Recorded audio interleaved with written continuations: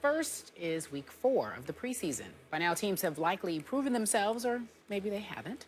And as we head into the final week of the preseason, jobs will be won or they will be lost. So who has been the best team so far? Stephen A. Smith, let's break it down. Well, so far it looks like the Seattle Seahawks and the Denver Broncos on a collision course for a repeat, but I'm not believing that that's going to happen. I think both have a chance to get knocked off. I think New Orleans has a shot to knock off Seattle in the event that... You're being bold about that, man. In the event You're bullish on the Saints now. If they're at home. Okay. If they're at home.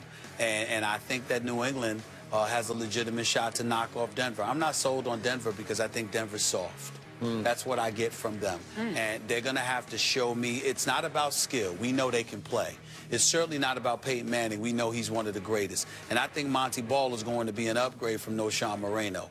Do you really? I do, that's a mouthful. I do believe that. I do believe, and there's no knock against Moreno, but I like Ball. And I think that when you look at Julius or Demaryius Thomas, I think when you look at a Wes Welker, assuming that he's going to recover from those concussions and what they're having to prove, and obviously the losses that they suffered on the offensive line, it's back intact, and I think Peyton Manning will be even more protected, won't be coming across like he's throwing in a phone booth. I think the combination of all of those things makes Denver formidable, but the problem is that if you put a hat on them, they appear to be easily rattled. And I don't have faith that you're going to be able to withstand that for the entire season. It'll happen during the regular season, but I can see the playoffs, them fumbling the way that they did against Baltimore a couple of years back. And I can see New England representing the AFC in the Super Bowl before I see Denver. Well, thank you very much, which is why the New England Patriots are on a collision course with the Seattle Seahawks for this year's Super Bowl. And that will not be the same kind of Super Bowl that we saw last year.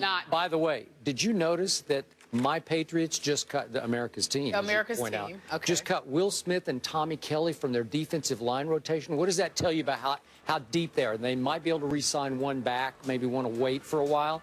But this team is loaded in the defensive line. With Revis and Browner, it's now loaded in the secondary. Its secondary will at least rival Seattle's. And all of a sudden, it's like Gronkowski's going to be gravy for the best quarterback in pro football, who is Tom Brady, who's still operating as the because you added Brandon LaFell to Kenbrell Tompkins, who gets better by the snap. And listen, Edelman and Amendola, serious. Oh, they're really good. They are killing people. They are very good, but durability is a question with Amendola. I don't think he's going to last. I don't know.